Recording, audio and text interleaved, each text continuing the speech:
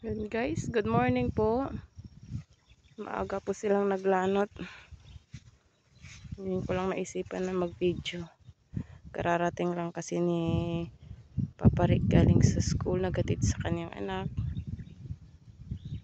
Kararating na lang din dito sa Talon para tumulong maglanot.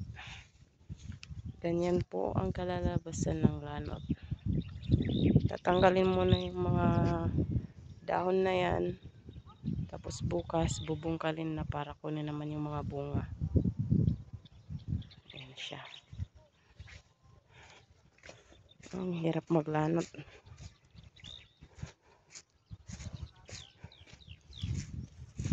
Hindi ka nag-sweater. Kainit-init. Pati yung mga video. Bakit tayo?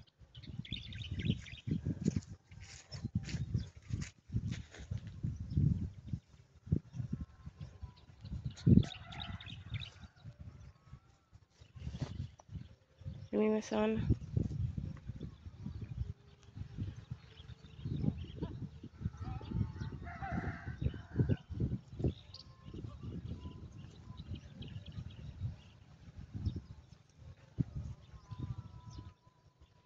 Kahirap palang maglanot, oh.